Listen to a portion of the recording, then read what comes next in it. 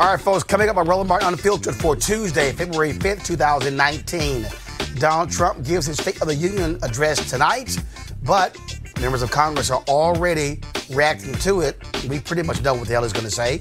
We'll hear from Congresswoman Karen Bass, chair of the Congressional Black Caucus, and also Ayanna Pressley, new member of Congress from Massachusetts, and Brenda Lawrence of Michigan will join us live. More drama in Virginia as blackface shamed Governor Ralph Northam hires a private eye to try and figure out who is in those racist pictures. I wonder if it's going to be the same folks that OJ and Donald Trump hired. Also, the woman accusing Lieutenant Governor Justin Fairfax of sexual assault has hired the same D.C. law firm represented Dr. Christine Blasey Ford. We have those details. Actor Liam Neeson confessed to trying to kill a black man in revenge for his white female friend being raped. I'll break down to you why that's very familiar to black folks in America. Also, updates on 2 legally armed black men being killed in seconds by police officers. One of those cops was cleared in Alabama. His mother speaks out, and we'll talk with attorney Ben Crump. We'll also take a look at a school district in Michigan that's being sued for having a racist environment all over its school system. It's time to bring the funk on Roland Martin Unfiltered. Let's go. He's got it. Whatever the biz, he's on it. Whatever it is, he's got the scoop, the fact, the find. And when it breaks, he's right on time and it's rolling. Best believe he's knowing. Putting it down from sports to news to politics. With entertainment just for kicks, he's rolling. It's on go, y'all. It's Roland Martin, rolling with Roland now. He's funk, he's fresh, he's real, the best, you know he's Roland Martin now.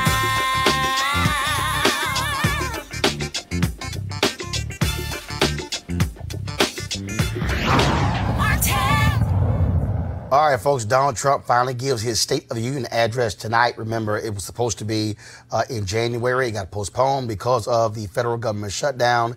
It will actually take place tonight. But what's going to be interesting, of course, is that we'll see how Democrats will respond. Already, his folks are saying that he's going to be reaching out to Democrats.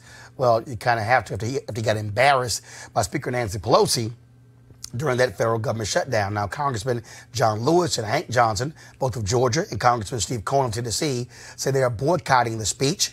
Stacey Abrams will deliver the Democrats' response, and of course, we'll be streaming that speech on my YouTube page, which of course you can see at youtube.com/Roland S. Martin. And of course, if you're checking us out, be sure to subscribe and turn on your live notifications. Now, earlier today, a group of Democratic congresswomen held their own event called the State of Our Union. It was organized by Congresswoman Brenda Lawrence of Michigan, and she joins us right now.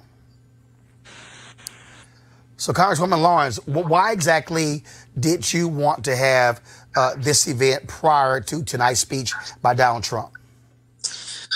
Hello, Martin.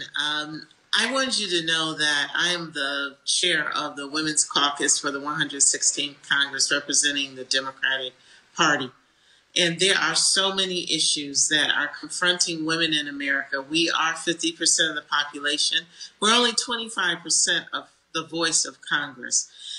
Martin, when it comes to issues for women in healthcare, do you realize that we are the largest country in the world that are losing women to childbirth? We are actually going backwards. When it comes to equal pay, women throughout their lives who are paid at a lower rate than a man, even in retirement. And when we talk about these issues, we have talked so much about the right to work in an environment that's free of sexual harassment.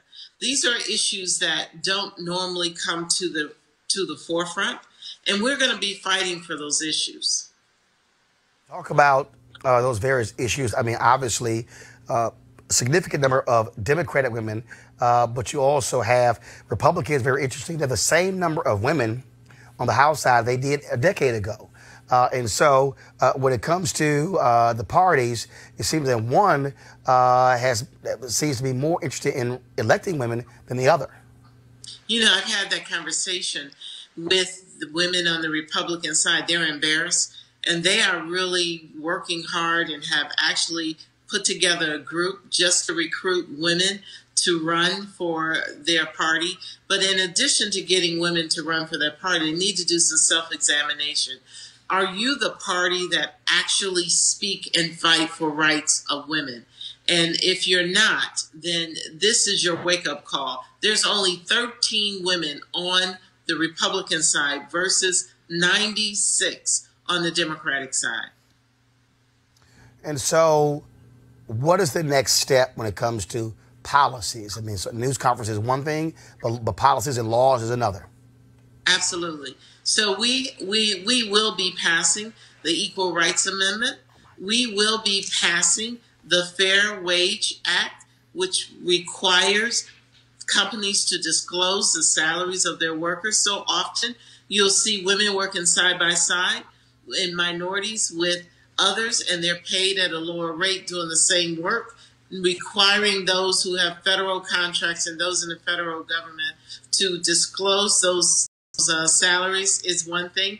The other thing is to make sure that we have in law the Equal Rights Amendment that we have been struggling with. People say that we should have equal rights, but it should be part of the law. And so we're very excited about that. We've been on this journey for a long time.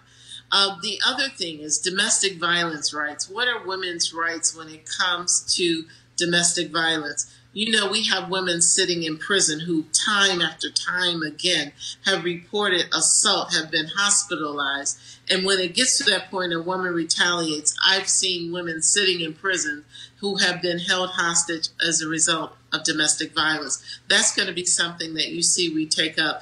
And then in healthcare, women and our health issues are unique. So things like paid maternity leave. You know, we need to talk about poverty when it comes to women. The largest group in America, when we look at poverty and put everyone who's in poverty together, the number one demographics of poverty are women, head of households with children. And so if we are really serious about reducing poverty in America, we're going to have to talk about educating women, talk about jobs, talk about providing tax credits and support for child care.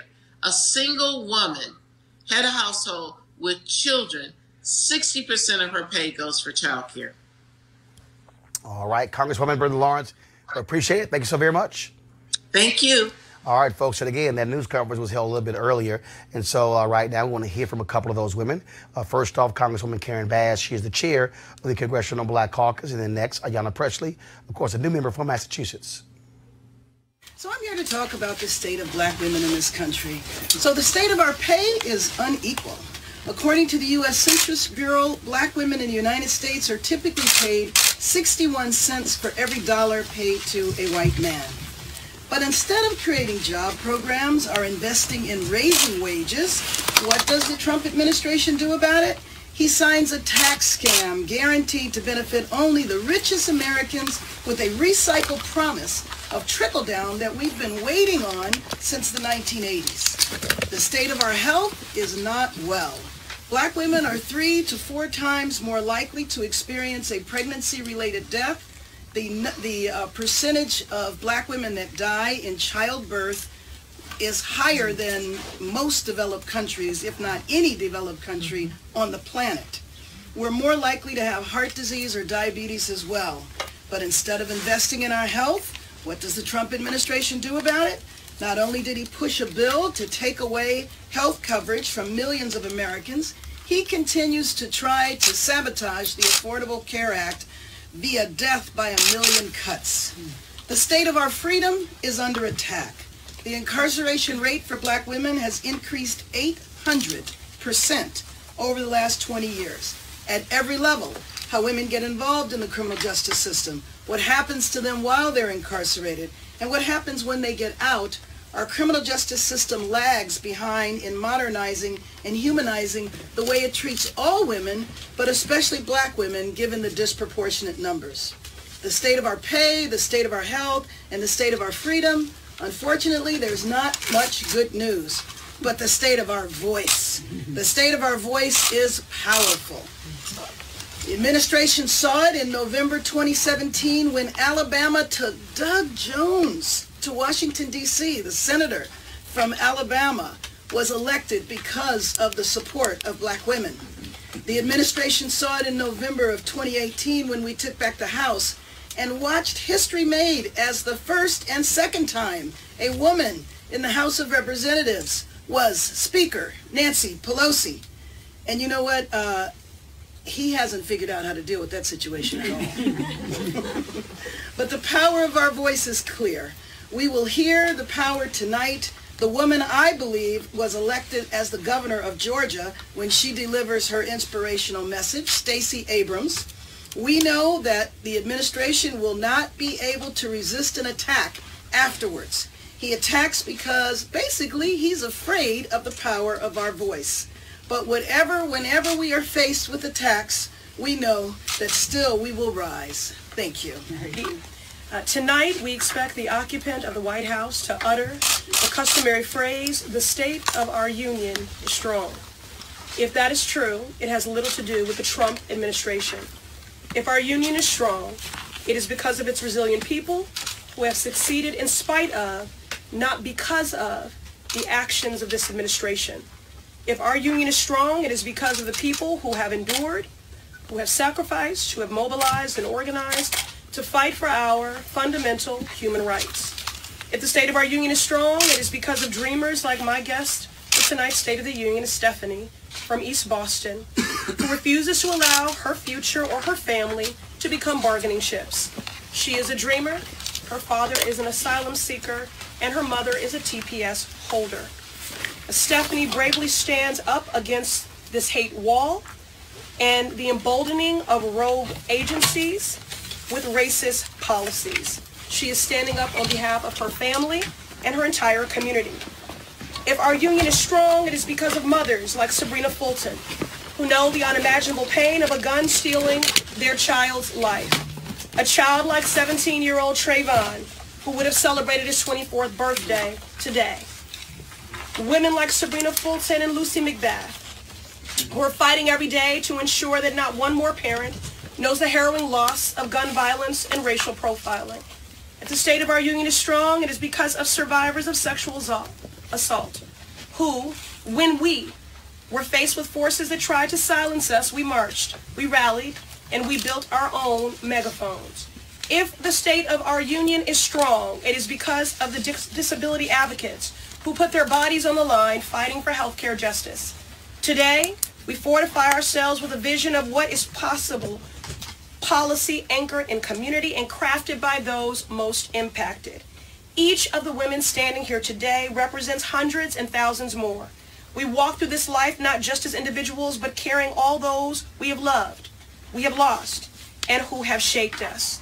Together we assert that no one should go bankrupt while fighting for their lives. We can have Medicare for all. We can act with urgency to save our planet, to enact a Green New Deal. Every person deserves a good job and a livable future. We can tackle the growing maternal mortality and female incarceration rates for Black women. Together, we will address the staggering student debt that is crippling dreams and choking at the full promise of our nation. Together, we can actualize our commitment to fair pay for fair work and provide back pay to our contract workers crippled by the shutdown and the pay that they deserve.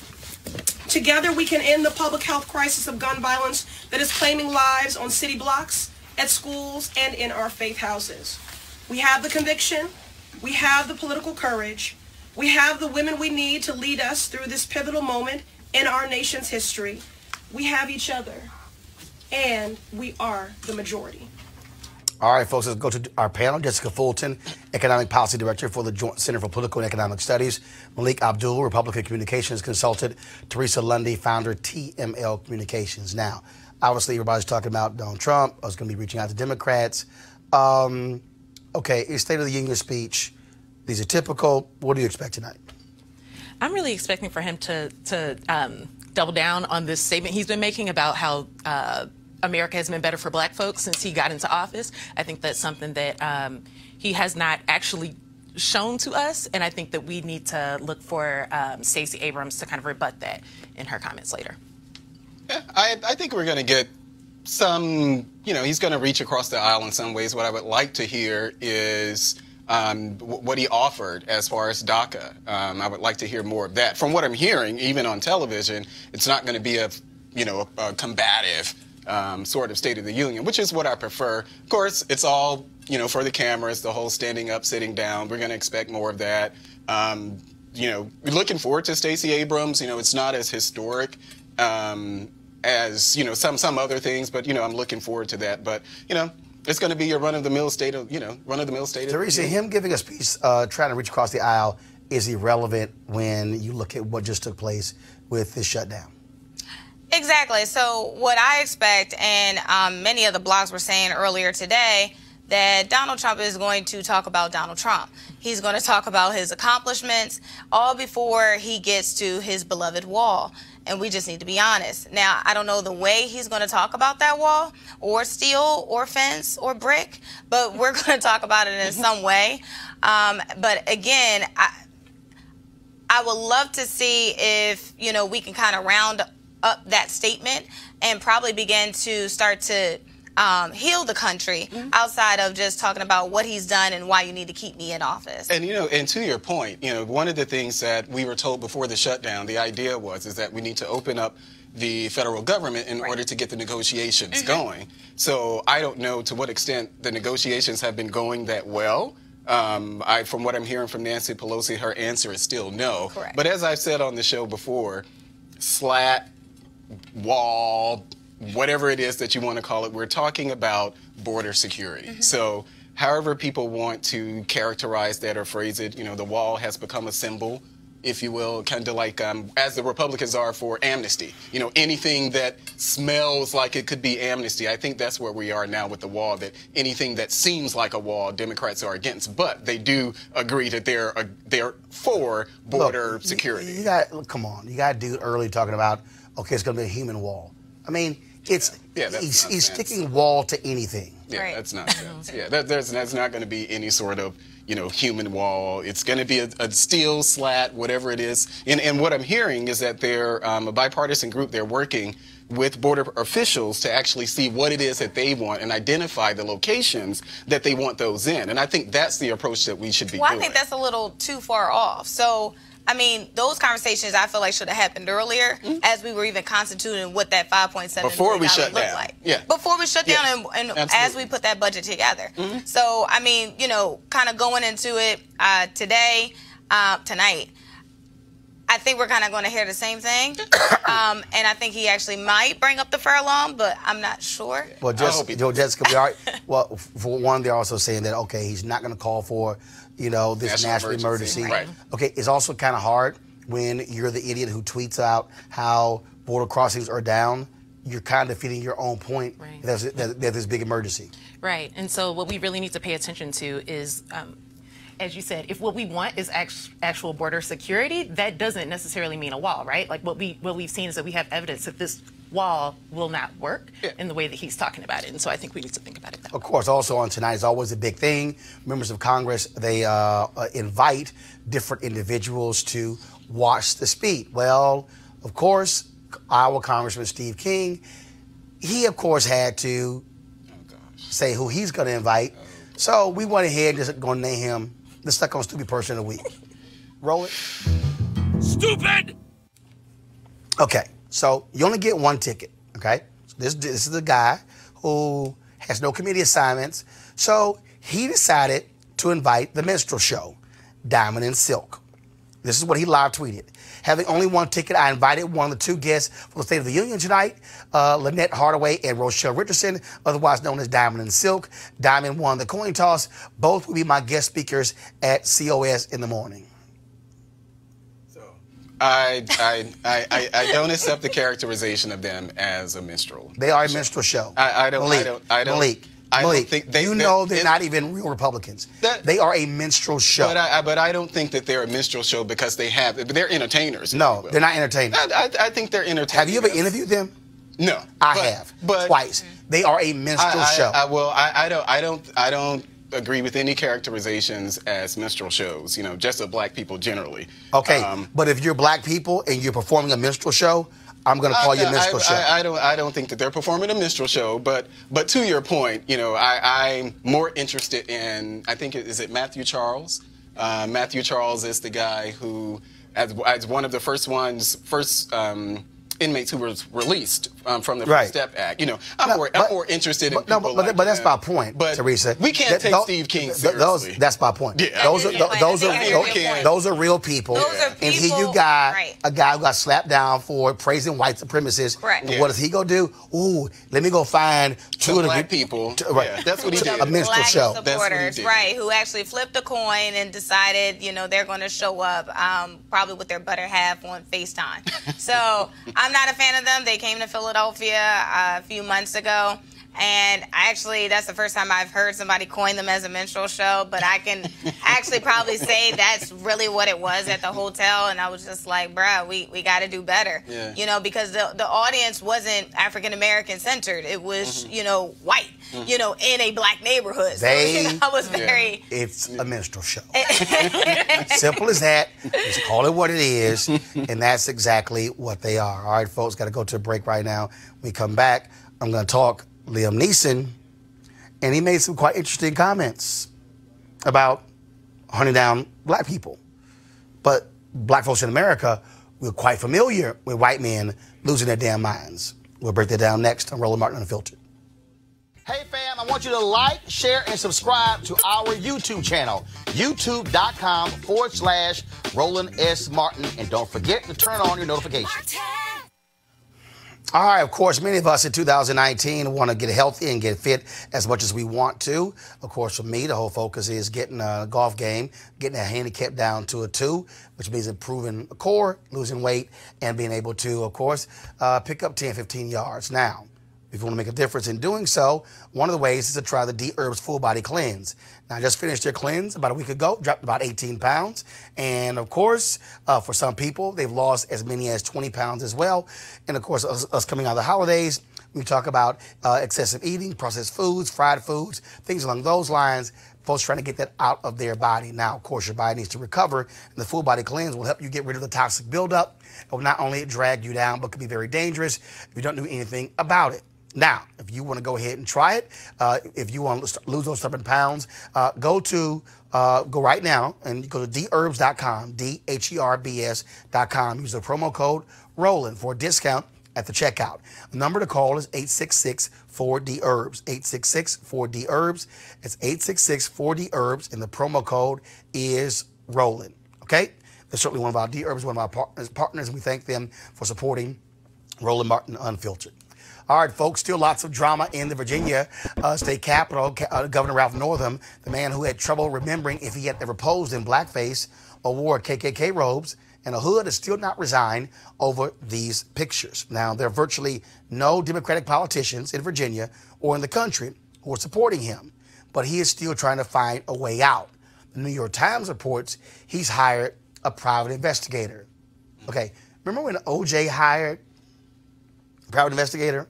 Remember Donald Trump hired a private investigator looking into Obama's birth certificate? Yeah, I thought so. Okay, so clearly he is not trying to resign. Now, the man who would replace Northam, if he does resign, is Lieutenant Governor Justin Fairfax. He now has an issue because yesterday we heard him categorically deny an anonymous accusation of sexual assault at the Democratic National Convention in 2004. Today, the woman, a researcher at Stanford University, has hired Katz, Marshall & Banks, a law firm that lists sexual harassment law as one of its areas of expertise. They represented Dr. Christine Blasey Ford, the woman who accused Supreme Court nominee Brett Kavanaugh of sexually assaulting her. Now, the timing of this accusation is suspicious, to say the least, just as this young brother could become governor. But, true or false, this could go on for a while. I want to go to our panel real quick here. Teresa, so in Lieutenant Governor Fairfax's statement, he said that this woman went to the Washington Post a year ago. Mm-hmm. They looked into it, investigated, never did a story. Right. Then what happens is this weekend, she sends a private note to a friend who then gives it to the website that posted the photos of Northam. And then now she's hiring the law firm. What do you make of what is happening with this case and Justin Fairfax? Conspiracy. They see that there's an opportunity for Justin Fairfax to take his rightful place as governor. And I think this is, don't look at me like that, Roland. No, I'm just looking at you. To take his rightful place as a governor. And I think this is one of the opportunities where they're saying that there's going to be some obstacles for him to get there.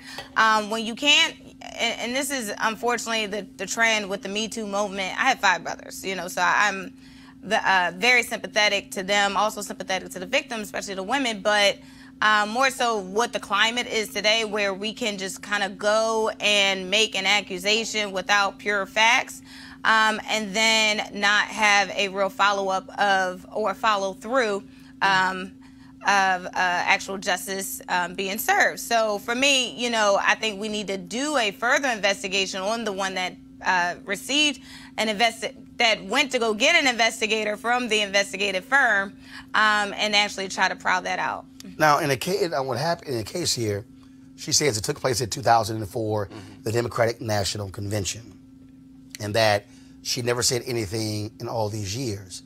Now, he ran for state attorney general and lost, and nothing came out. When he ran for lieutenant governor, nothing came out. But now it comes out. What are your thoughts? Well, for me, this is Kavanaugh all over again, where what we said is that the accuser deserved to be believed, not just heard, but believed. And so if we, I feel the same way about this situation as I feel about Kavanaugh. I don't think that it is healthy for us to live in a climate where we can make these type of accusations unsubstantiated.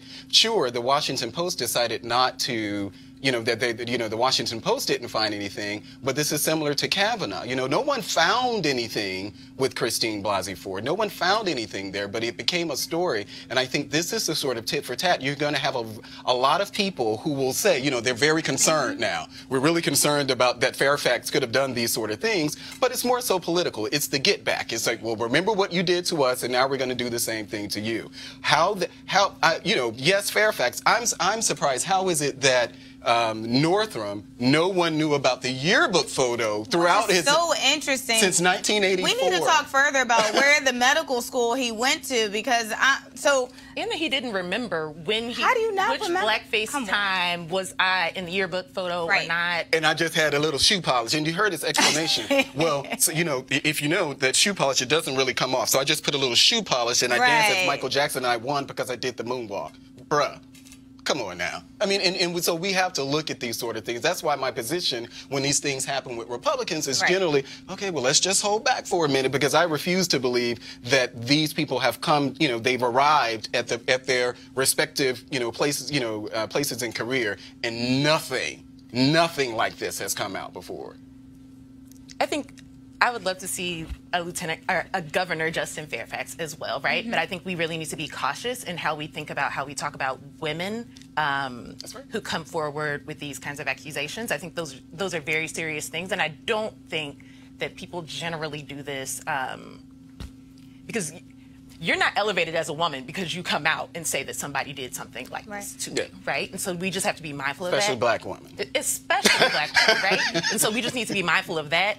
That said, we do know that Governor Northam wore blackface at some point in his life and felt like that was something that was normal for Virginians at that time. Next to somebody with a white hood.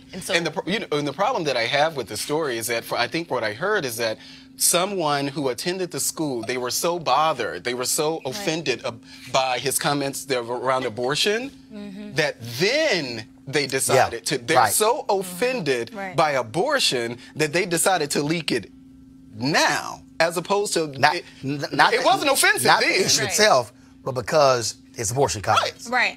Right. That gives a real indication. It could be racist. Oh, that's fine. Right. But abortion. Shows us their priority. Gotcha. All right, folks. Let's talk about this next story. Now, when actor Liam Neeson admitted during a recent interview while promoting a new movie that he once went looking for an anonymous black man to kill as a way of seeking revenge for a white female friend of his being raped, it shocked the sensibilities of some.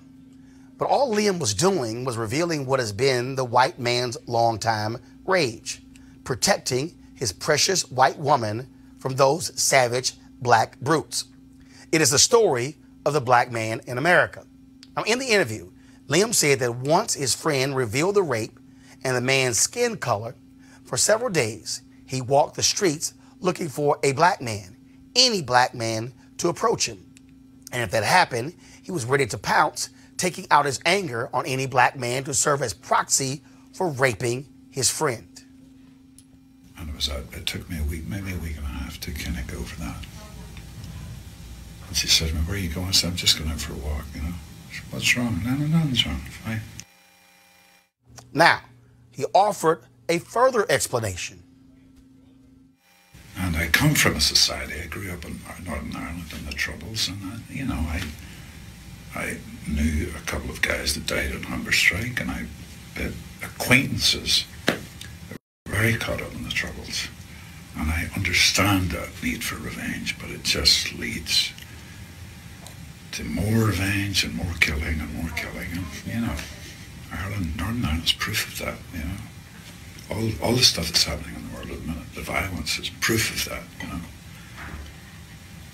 So it's, but that's, yeah, primal need, I understand, you know. Now, folks, Tuesday in an interview on Good Morning America, Robin Roberts asked him about the controversy. Quote, "I'm not racist." This was nearly 40 years ago.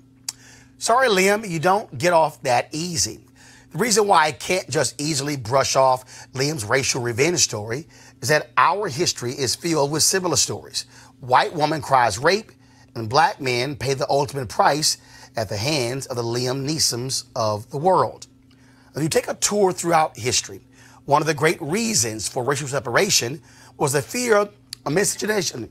Whites and blacks having interracial babies. Now, some of the most hateful and vile speeches and writings by politicians, journalists, and other white men in the 1700s, 1800s, and 1900s was the fear of their precious white women being violated by black men. The thought of black men touching their pristine white women drove these white men mad, leading to acts of brutality against many across the country. The image you see right here is Jesse Washington. Now, in 1916, Jesse Washington was a black teenager working in Texas. He was accused of raping and murdering the white wife of the man whose farm he worked at. Once convicted, the trial, first of all, lasted an hour, and the jury deliberated for 4 minutes. He was dragged from the courthouse and lynched in Waco, Texas. His body was burned, and his remains were dragged through the town, body parts sold as souvenirs. 1921, the Tulsa race riot, legendary because of what was known as Black Wall Street, an area of Greenwood, Oklahoma, where numerous black-owned businesses thrived. When a black man was accused of raping a 17-year-old white woman, white men went on a rampage, leading to the deaths of nearly 300 black folks, more than 6,000 injured. The 35-block area that was considered the wealthiest black community in America was totally wiped out. The Oklahoma Commission that studied the Tulsa race riot of 1921 determined that the city conspired with the white rioters and were responsible for the destruction. But Oklahoma has refused to pay reparations to the descendants of the Tulsa race riot. Many of us know about the Rosewood Massacre because of the 1997 film directed by John Singleton starring Ving Rhames and Don Cheadle. In 1923, the all-black town was destroyed by a mob of white men after a white woman in a nearby town was beaten and supposedly raped by a black drifter. The charges were never proven, but that was enough for white men to terrorize the black residents of Rosewood. The entire town was torched, and no one was ever arrested. Rosewood was never inhabited again. The story of the famous Scottsboro Boys riveted the world. In 1939, 9 black teenagers were falsely accused of raping 2 white women. Their legal fight, which attracted international attention, was intense, leading to numerous appeals and led to 2 Supreme Court decisions. Those men went in and out of prison. Several were later granted parole. One of them also spent a significant amount of time in prison and died. They, folks, were innocent of raping a white woman. In 1949, in Roland, Florida, 4 black men were accused of raping a white woman. 3 of the men were imprisoned and beaten before trial. 1 was hunted down and shot and killed before he was even charged. An all-white jury sentenced 1 of the men to life in prison and 2 to death. When the Supreme Court ordered a retrial for the 2 given death sentences, the sheriff drove the 2 to a field and shot them both. 1 of them died. Florida Governor Ron DeSantis last month granted posthumous pardons to all 4 men. The woman who said the 4 raped them, Norma Paget, was now 86, testified and still contends the 4 men did it. Folks, there are far more stories I could cite where accusations of rape by black men against white women led to massive violence and death of black people. Now, someone may suggest that Liam should get a break because what he described happened 40 years ago, and he never acted on those racial fears. But folks, we're still dealing with this evil. The brutal rape of a white woman in 1989 set off racial tensions in New York City that rivaled those of the early 20th century.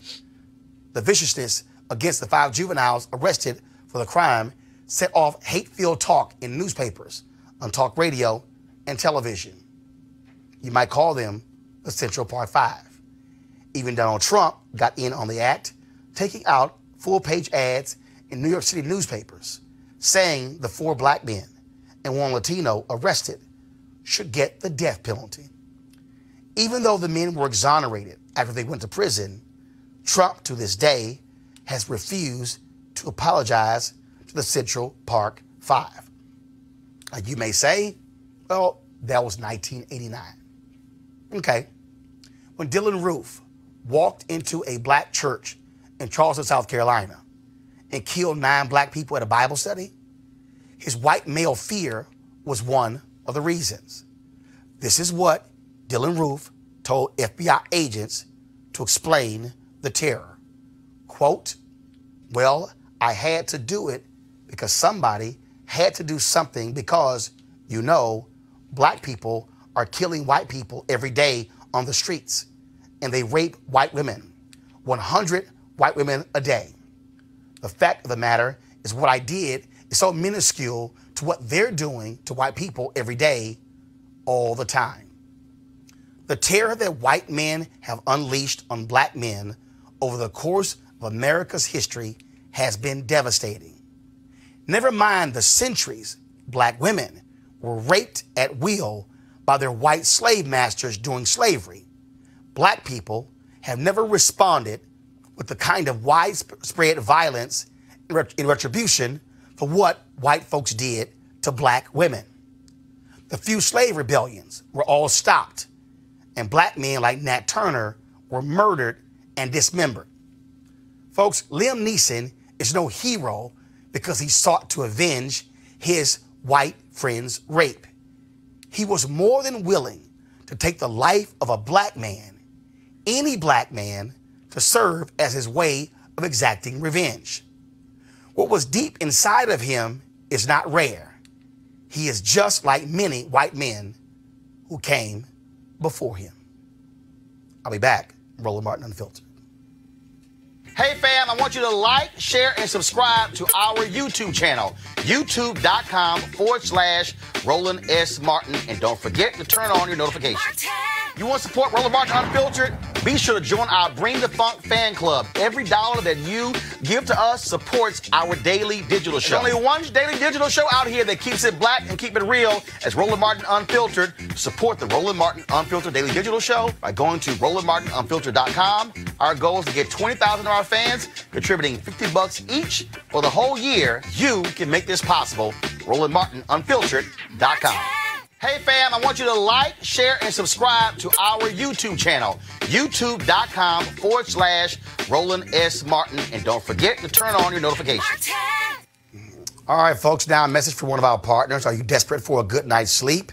Then listen up. Studies, Teresa's like, yeah, I am. Studies show lack of sleep causes stress, irritability, weight gain, and even death. But you already know how bad it is when you don't get enough sleep, don't you? You try sleeping pills with their annoying and potentially dangerous side effects. Trust me, I understand. Now, maybe if you wasted money on the latest miracle pillow that promises a good night's sleep. Have any of those worked? If not, this might be a solution. It's convenient, inexpensive, has zero side effects, and it's flat out work. So if you want to experience deep, restful sleep, start tonight. Visit www.sleepmusic.com. Now, very interesting. This weird little known trick is already helping thousands of people around the world experience better sleep, deeper rest, and happier mornings. And with a full 90-day money-back satisfaction guarantee, what have you got to lose? And simply visit sleepmusic.com to see how this amazing sleep solution can help you. Do me a favor, use the promo code RADIO to get $10 off. That's www.sleepmusic.com.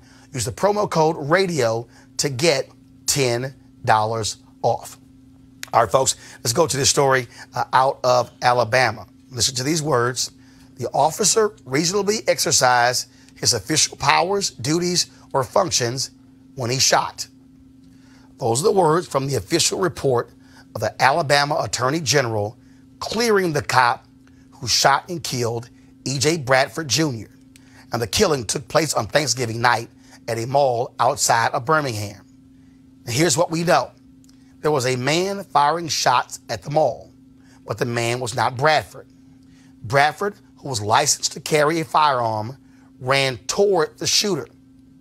That's when the cop, without so much as warning, shot him dead. And according to an independent autopsy, shot him in the back. E.J. Bradford's mother had this message for Alabama Attorney General Steve Marshall. Attorney, I want to know, if that was your child, would you consider this justice? Would anybody consider this justice? You shoot my child 3 times and y'all call that justice. I mean, 3 times in the back. You put yourself in this situation and tell me how you would feel. Because as a mother who carried this child in her stomach,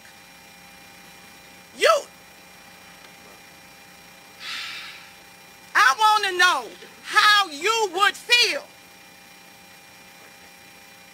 I just want to know how you would feel if this was your child. You're a punk. Are we really equal? Is the Constitution really for real? Do we really abide by the Constitution? Or does the color of your skin determine it? It determines it. Yeah. The Bible says there's no difference between Jews or Greeks or anybody. When Jesus died, he died for us all. So maybe we need to revisit the Constitution. All right, folks, going to my panel right now. Now, what was strange here was the Alabama Attorney General removed the case from the black DA there in Birmingham because there was a photo the black DA had taken with one of the activists who was protesting this case. And the same black activist was in a photo with the Alabama Attorney General. And for Ben Crump and others, they say that it is shameful that why did the Alabama Attorney General step in and remove this case from that black DA, and now we have the result of the Alabama Attorney General. I can't imagine what what his mother is going through right now, and I think, you know, she really speaks to what I think a lot of people are thinking. Like, she did not see justice. She is not seeing justice, and so I think, you know, yeah, that's an issue.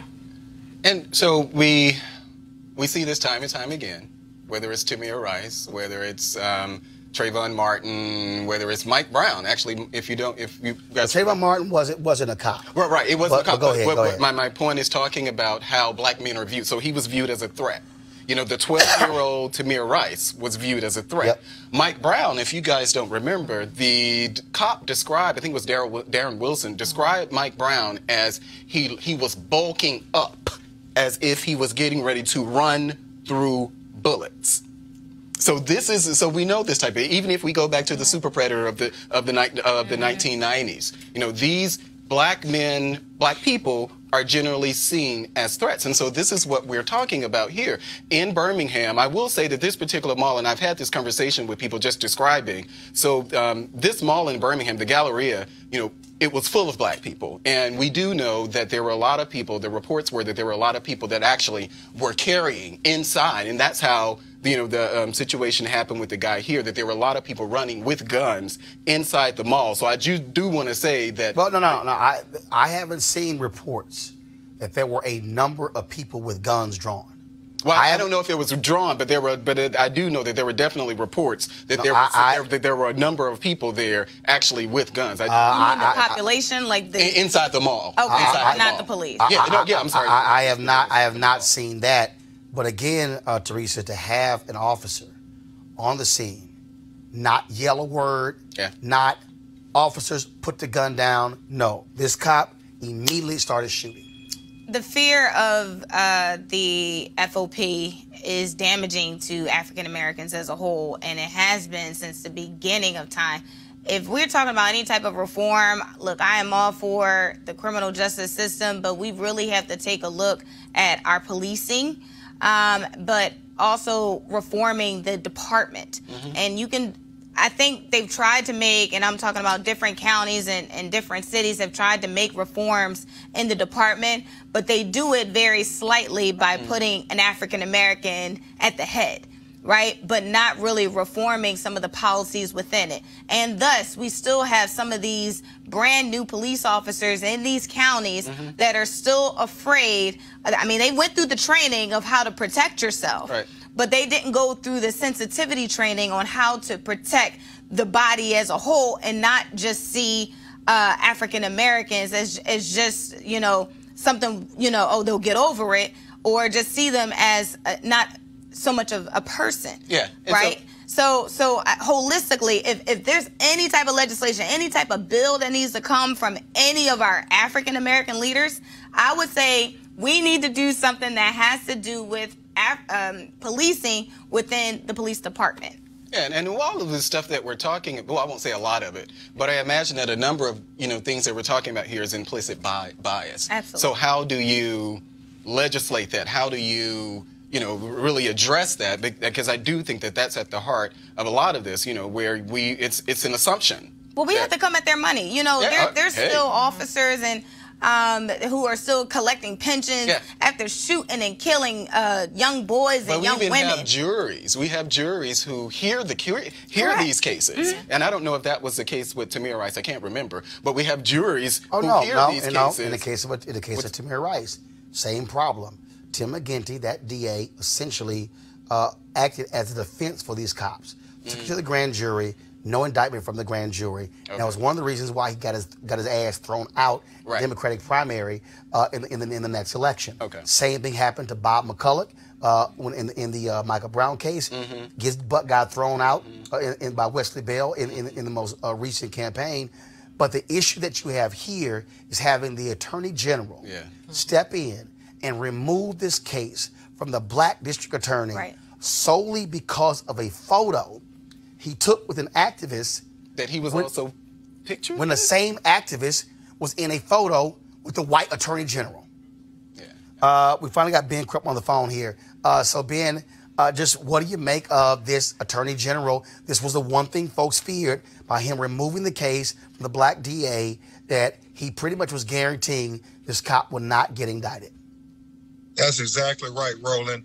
I'm here with E.J. Bradford's family and supporters outside the Hoover, Alabama City Hall, and they are announcing that there's going to be a state of the union tomorrow at the Attorney General Steve Marshall's office in Montgomery, Alabama, because I've never seen disrespect like this, Roland. And, you know, we've been on some battles over the years, but this Attorney General did not even have the respect to talk to the family on the telephone once, not much less to meet with the family today when he announced this decision. And on top of all of that, Roland, he released the report and the videos that he wanted to release. We still haven't got all the videos released yet, but he released it to the media before he released it to the family.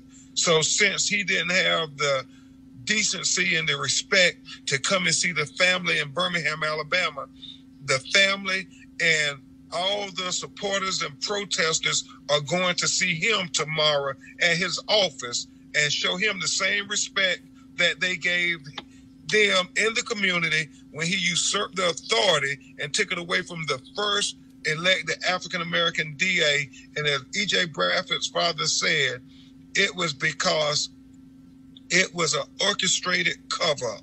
And he was going to do this all along.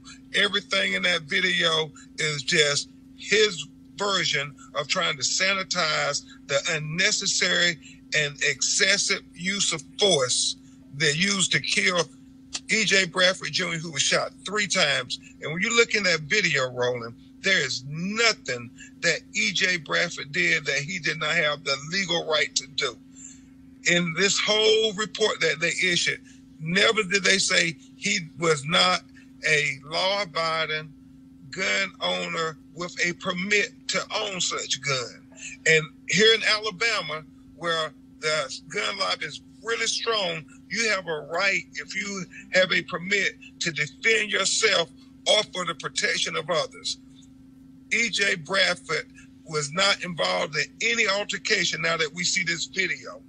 In fact, when the confrontation first started, he had his back to the confrontation. When the shots rang out, he ran away, just like everybody else. They tracked how far he ran.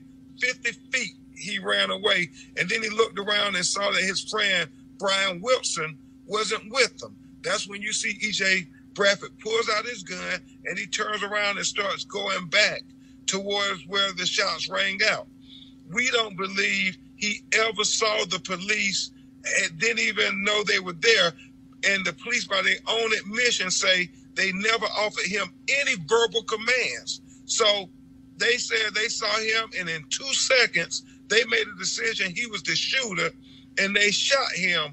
The one officer 3 times, the other officer never pulled his trigger. You know we're going to get into that in the civil trial, but it's really important, Roland Martin, the fact that they issued no verbal commands and made this decision because E.J. Bradford was a law-abiding citizen, never been arrested once. Never, ever had he failed to disobey lawful commands given by police. But because they saw a black man and had a gun, never questioned the fact whether he was a gun owner who had a permit. They just saw black, they saw a gun, and they shot. And it is just so disrespectful to his family that they have not yet released the name of the police officer. Why are they protecting this officer so much? I understand. Ben Crump, brother, I appreciate it, man. Thanks a lot. Keep us updated on what goes on. Will do, Roland. State of the Union tomorrow in Alabama. All right, sir. Thanks so much. All right, folks, we have an update on the police killing of a security guard in Chicago suburb. Jamil Robertson was subduing a man who had fired shots inside a Robbins, Illinois club. Robertson was wearing a vest with the word security on it. A police officer rolled onto the scene, told Robertson to drop his gun. When he didn't drop the gun he was licensed to carry, the cop shot and killed him. The cop, Ian Covey, is white. Some body cam footage just after the shooting was obtained by USA Today under a Freedom of Information request. Here's part of it as a different officer is confronted by another security guard at the club. Because your man shot my man. Who did? The police shot security. That's what happened. Okay. That's all. And we getting shot. Okay. Stupid. Okay. The family of Jamel Robertson has filed a federal lawsuit. The Illinois State Police are investigating the shooting and expect to have a final report in April. Real quick to our panel here. Again, the NRA always talks about, being armed, things along those lines. Reality is this. If you black with a gun, you do not get the benefit of the doubt. No, we don't. And I mean, this is exactly what we've been talking about. In a situation like this, a guy has on a secure. I mean, what more would the police need to identify someone and separate them from the crowd? What more do you need? I don't know what kind of vest it was, but security. They all look the same. So what more do you need to actually show that I'm actually legit? And this just goes to is how black bodies are devalued. I feel like this is. I feel like reading an Octavia Butler novel or something after this. Yeah, I mean, unfortunately, if you're not white, it's not right. So all these stories are hurting my heart right now. It's just so back to back. And it's like, what more can you do? How many more rallies? How many more protests? Do you do before we actually decide to really come together and start doing what they're saying we expected them to do? And I'm not saying we need to go there. That's definitely not what I'm saying. But it's really getting to a point where, all these reforms aren't working. And I'm unsure. Roland, what are we doing? And I think, like you have earlier, we talked about Liam Neeson. That's somebody that does not have power, that admitted that he went out and was trying to target black people, right? These are people who have state-sanctioned power. They have a gun, and if there's something that's happened to them in their past, we don't know what they're dealing with, what kind of trauma they're placing on black folks, and that's not something that we should be having to carry the burden of. Oh, and this is why I try to explain to people this is what it means when you're black in America. Okay, so you could talk about, we're all the same and kumbaya. No, that ain't the case. You are treated differently when you're black in America.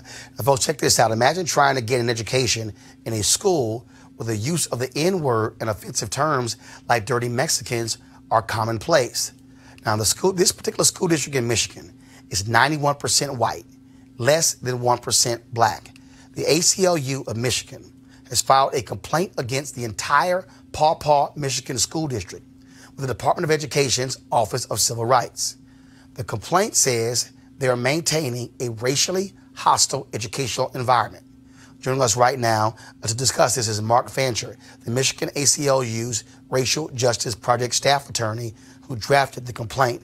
Mark, give us a sense of exactly what has been going on in this district and for how long. Well, as far as we know, this is representative of the culture of not just the school district, but the city itself.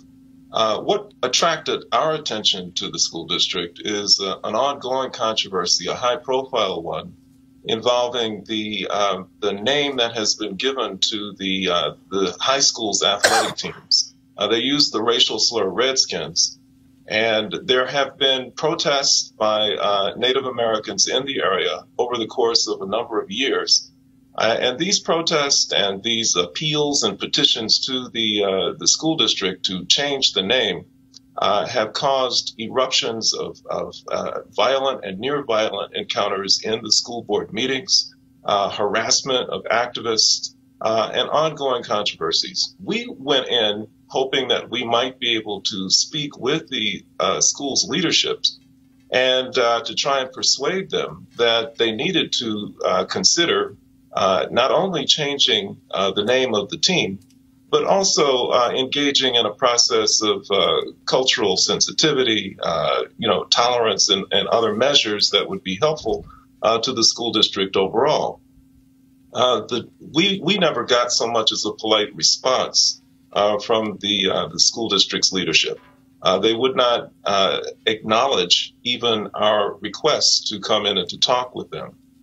So we went to the local clergy and suggested that they preach from the pulpit messages of tolerance. And we found that even among the clergy, there was a certain amount of intimidation, if not downright fear, of the reprisals and the retaliation that they would face for even voicing that type of a thing. That caused us to use the Freedom of Information Act to just find out what was happening in the district with respect to race. And what we got back was a large stack of school records and documents that related story after story of some of the most horrific kinds of racial discrimination, harassment, and bullying that we've seen in a number of school districts. A foreign exchange student being asked if she's a member of the Taliban, constant use of the N-word. One student approaching Mexican students and saying, Trump's in the house now, you need to go back to Mexico and pick blueberries. An adult who attended a school board meeting with the intent of voicing opposition to the Redskins name, who was punched in the face by someone who supported it.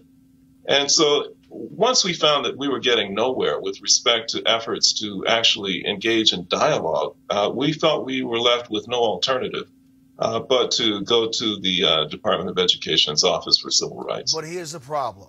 When you say the Department of Office of Civil Rights, we're talking about Betsy DeVos. That's correct. They haven't shown they gave a damn about civil rights. Oh, that's clear. But we have to play the hand that we're dealt with. The other alternative that we might have would be to file a lawsuit in court on behalf of victims of this type of discrimination. But honestly, we've not found anyone who is prepared to do that.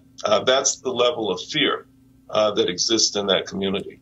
Just stepping out and revealing your name as someone who opposes this is something that creates that level of fear. And, notwithstanding the politics of Betsy DeVos, it is our hope that the strength of the case itself will be one that will, at the very least, prompt an investigation by the Office for Civil Rights that can possibly lead to the discussion that we've wanted to have with school district leadership all along.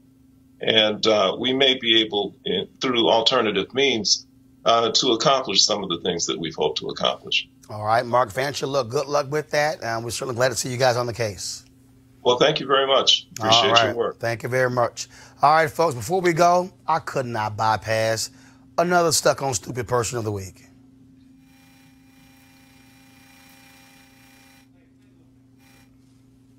Y'all have it ready? Y'all supposed to be playing. Damn it, you knew I was going to it. All right, y'all. No. Stop it. Y'all weren't ready. All right. So here's the deal, y'all. Here are two anchors on Fox News, actually 3 Fox News staffers, trying to explain why voters are in huge numbers in favor of collecting more taxes from the rich. Now press play. There is what seems to be a movement against capitalism in this country. This is a piece in Politico just published, Soak the Rich. Americans say go for it. In this piece, it talks about how recent polling is showing that the American public is increasingly on board with raising taxes on the rich. As evidence, we pulled up this latest Fox News poll on the issue, whether Americans support raising taxes on the wealthy, on incomes over $10 million. Those that are in favor of that, 70%, Charles. Over $1 million in income, 65% are in favor of raising taxes. The idea of fairness has been promoted in our schools for a long time, and we're starting to see kids who grew up in this notion that fairness above all. And now they're becoming voting age, and they're bringing this ideology with them. Okay, y'all, their own poll showed 70%. Mm-hmm. Maybe it's because even their audience, old white people, realize that the system in America is actually set up to benefit the rich in America. Yeah, I'm not even sure that's it. I think when you ask anyone who would you rather raise taxes on, it's going to always be those who make lots of money. I don't think that it's not political, or it's not. This is, you're going to raise taxes on everybody but yourself. And I think this is an example of that. I'm not surprised. But this whole idea of, they're teaching kids in school what's about fairness. And the reality is that we used to do that as a country. We used to tax the very, very rich about 79 to 80%, right? This is something that we did, and this was when we actually had like strong economic growth that benefited most of the people in America, right? So like, yes, I hear what you're saying. People are going to say to tax everybody else, but this is something that works, that we've already tried, that we might as well go back to.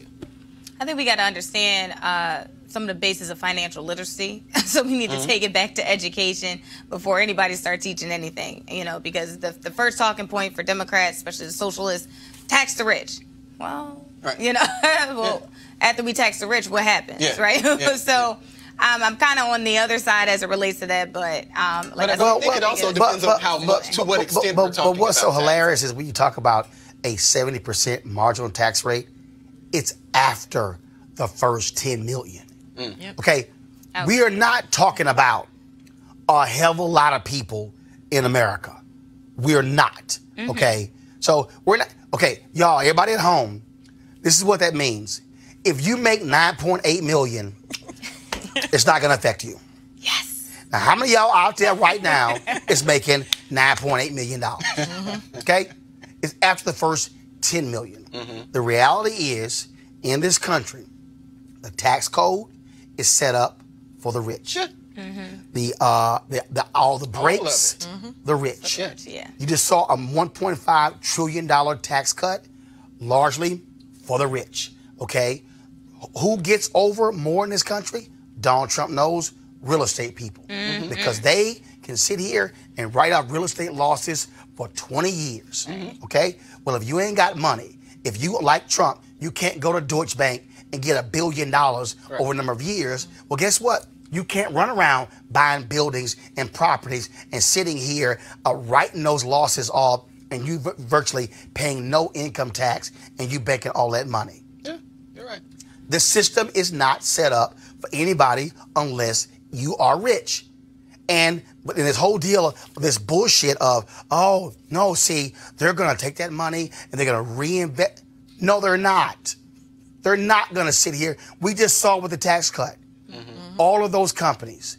And the CEOs said it before they passed it. They said, we ain't reinvesting that money. And we ain't giving that money back to workers. We're going to reward shareholders. And that's exactly what they did. But I just want to say that it's not, because we say rich, but I would actually add that I think it's people with access to whether it's power or information, because a lot of people, where you could be making $250,000 a year, that's not rich, but you could use you could finagle things as far as your finances is concerned and get a smaller tax bracket. That's no doubt. But the point is, but the rich will always benefit. Yeah, I mean, to that point, greatly. And in that poll, when you see 70%, and let's be honest, the reason a lot of these television anchors also are like, oh my God, what are you doing that?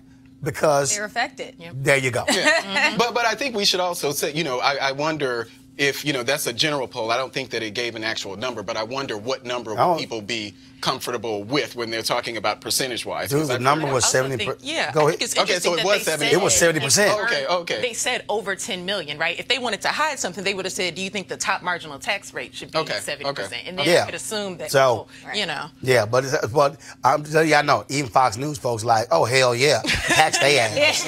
All right, y'all, we got to go. I want to thank our panel for being here. Again, we want you guys to support RolandMartinUnfiltered.com. I was going to take another day off, trying to preserve my voice. As many of y'all realize, I'm allergic to smoke.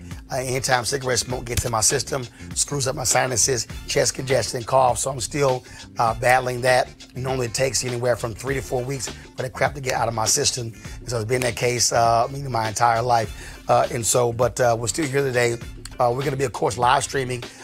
We don't care what Donald Trump is going to say. We're going to be live streaming Stacey Abrams' response, the first African-American giving a Democratic response to a presidential State of the Union. So we're going to have that for you as well. And tomorrow we'll have a full breakdown of the speech and what it means moving forward when it comes to policy. Also, guys, on Thursday, I'm going to be live streaming my interview with comedian Ali Sadiq. All right. This is a brother who spent time in prison. This is a brother who's one of the funniest cats out here.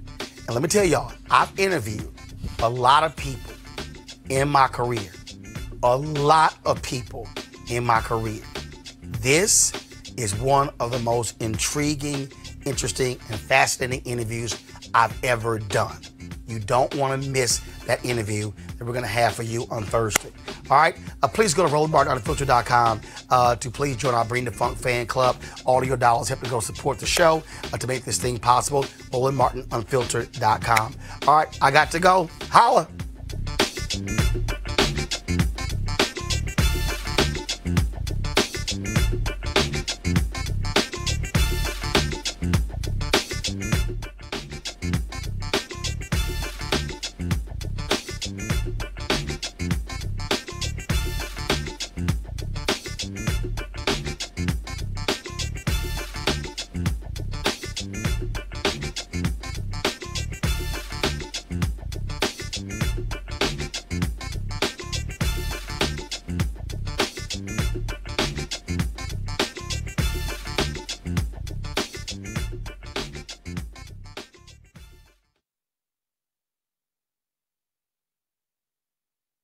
You want to support Roland Martin Unfiltered? Be sure to join our Bring the Funk fan club. Every dollar that you give to us supports our daily digital show. There's only one daily digital show out here that keeps it black and keep it real as Roland Martin Unfiltered. Support the Roland Martin Unfiltered daily digital show by going to RolandMartinUnfiltered.com. Our goal is to get 20,000 of our fans contributing $50 each for the whole year. You can make this possible. RolandMartinUnfiltered.com. Hey fam, want to check out Roland Martin Unfiltered, the blackest show on all of digital, cable, and broadcast. Check out our audio podcast. There's only one daily digital show out here that keeps it black and keep it real as Roland Martin Unfiltered. Press play. Martin. You want to check out Roland Martin Unfiltered? YouTube.com/Roland S. Martin. And subscribe to our YouTube channel. There's only one daily digital show out here that keeps it black and keep it real. It's Roland Martin Unfiltered. See that name right there? Roland Martin Unfiltered. Like, share, and subscribe to our YouTube channel. That's YouTube.com/Roland S. Martin. And don't forget to turn on your notifications so when we go live, you'll know it.